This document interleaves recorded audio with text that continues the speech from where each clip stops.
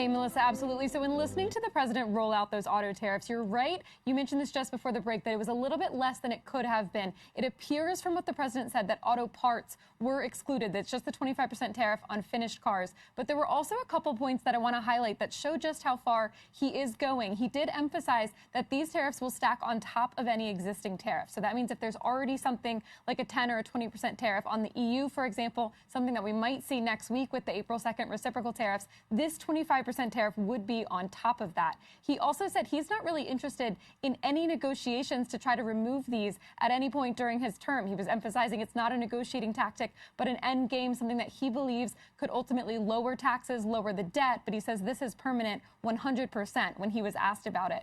He also talked about the reciprocal tariffs, and something I would flag there is that he said tariffs on all countries will be rolled out on April 2nd. That is a little bit of an escalation from what we've been hearing from White House officials in the past few weeks, who had said some of the worst offenders in their eyes might get tariffed on April 2nd, but we could see additional tariffs over weeks or months after that. So escalating it a little bit there. But then one final point, he also again emphasized, as we heard him say last night in the Newsmax interview, that he is going to be looking for some leniency in the reciprocal tariffs. And he also said, quote, "We're trying to keep it somewhat conservative." So a lot more to come on that front.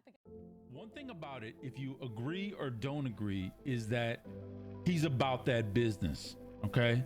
He's about standing up for the people that voted for him. I can't say that about any president in modern day history, okay? They always come back and do something scandalous to their base that they didn't vote for.